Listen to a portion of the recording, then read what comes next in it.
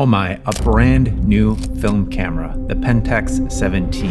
But is it worth $500 and is it the right camera for you? By the end of this video, you will have the answer to those questions. So first of all, the Pentax 17 is a new camera Pentax just released. It's a half frame camera. I've been watching a lot of videos and reviews about this camera, and I'm really not too impressed with many of them, except for maybe Grainy Days. He gave a pretty honest review. It just seems like a lot of people are gushing over this camera and touting features like the slot in the back to identify your film, and the light meter, how it will meter through a filter if you put it on your lens. And though I appreciate all of this, they are saying this like it's like some huge innovation, and it's just not. It has even been called a film camera for the modern generation. Maybe it will be. But hey, let's put all the hype aside and go through the actual pros and cons of this camera and see if it's something you should be spending your hard-earned money on. And if you stay till the end, I'm going to point out something that really is a problem with this camera if you want to become a better film photographer. The pros of this camera. Hands down, the biggest pro of this camera is that it is a brand new film camera in 2024. So that means you can get that new camera smell with a brand new box and even a shiny new manual, if that's what you're after. The only other real options are the much more expensive Leicas, some view cameras like the Linhof Master Technica, and then don't forget there are a ton of instant film cameras, toy cameras, and even pinhole and disposable cameras that are technically new film cameras on the market. So the Pentax 17 has a built-in flash. I feel like this is a really handy feature, and based on the test shots that I've seen, it does look like it does a really nice job of balancing ambient and flash exposure. It is a half frame camera. Now, I also have this as a con, but it can definitely be a pro for some. It will save money on film as long as you're happy with the results you're getting. It does look like it should be a fairly easy camera for someone without a lot of knowledge of photography to pick up and make some decent pictures with. And that's kind of what they're aiming for. They're aiming for this to be a fun camera for someone that wants to get into film photography for the first time, and I think it will be good for that. I do like the idea of the optical viewfinder. I really enjoy using rangefinders, and this is kind of similar where you can see action moving in and out of the frame a little bit easier. Now, some of the other features that I've seen pointed out, like the film advance and loading the film in the camera, I just don't see those as huge pros.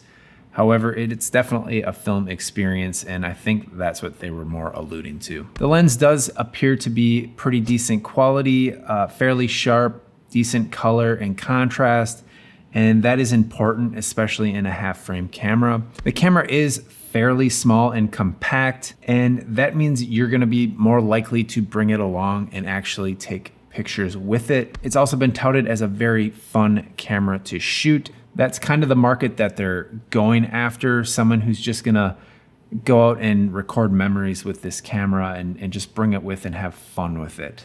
And it seems like the size, the form factor, how it shoots, what it shoots, it seems like it will be good for what they intended. Now, before we dive into what is actually wrong with this camera, I need you to smash that subscribe button. I put a new video like this out every week, and you are not going to want to miss it. Now, I really might get tore apart for the things I'm about to say about this camera, but this camera is definitely not targeted at me. I definitely go for quality over quantity when it comes to shooting my film.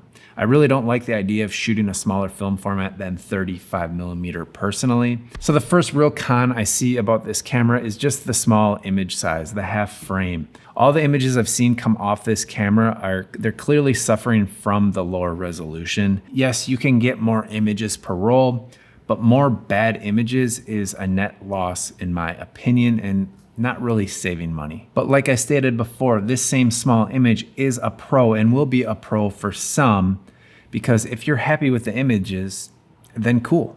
The really bad battery screw design, it's just kind of this eyesore. It's silver, it sticks out of the camera. I've never seen a battery cover look anything like that, and it just doesn't make sense like why they wouldn't have it flush mounted, have it black, not silver.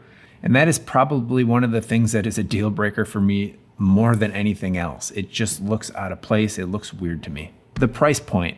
So you can pre-order this camera right now for about $500.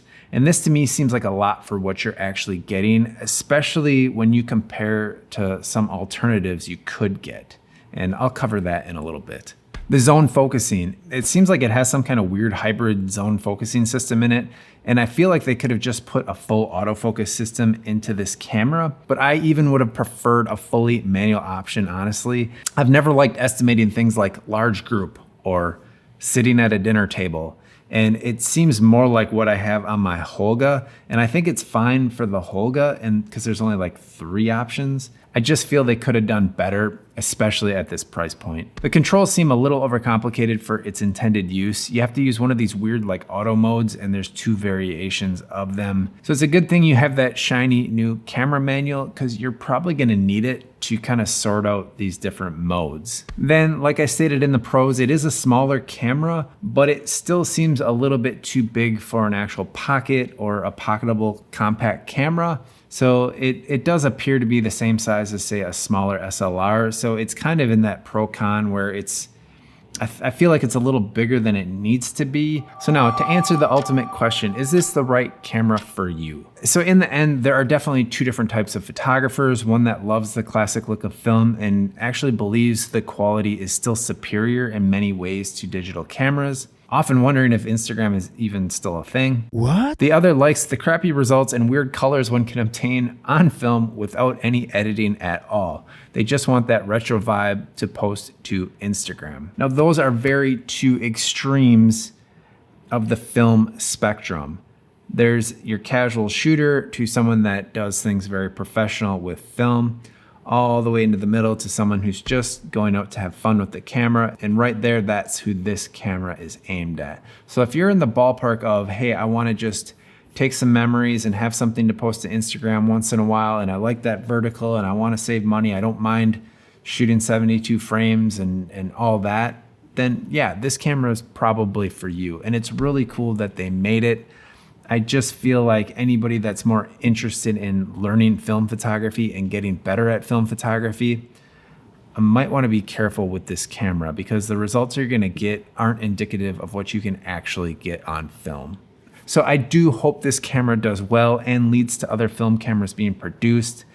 So don't get me wrong, I love the idea of the film community rallying around this camera to support what they are doing. I'm just a little worried they're taking it in the wrong direction towards low quality images. We can already take a whole bunch of crap, bad images with our phones and digital cameras. Having less frames per roll means taking more time with each frame. This is one of the hugely overlooked aspects that makes film photography so great. It just makes you slow down when you're taking pictures. So a huge part of me really wishes they would have just reintroduced one of their older 35mm designs, maybe with some updated features, especially with all the cool lenses from the past and new ones they could produce. But hey, maybe this is to come. And one more time to touch on the price point. So there are many, many options for smaller film cameras that can be had for well under $500, and some will give you insane image quality as well. You can go from fully refurbished cameras to buying used and having them cleaned, lubed, and adjusted. And you can get anything from like a Canon F1 with a quality lens to a Rollei 35. And if you really wanted half frame, you could even check out the Olympus Pen, and you'd still be saving quite a bit of scratch. For many of these cameras, you can have them fully cleaned, adjusted, and lubed for like $150 to $200.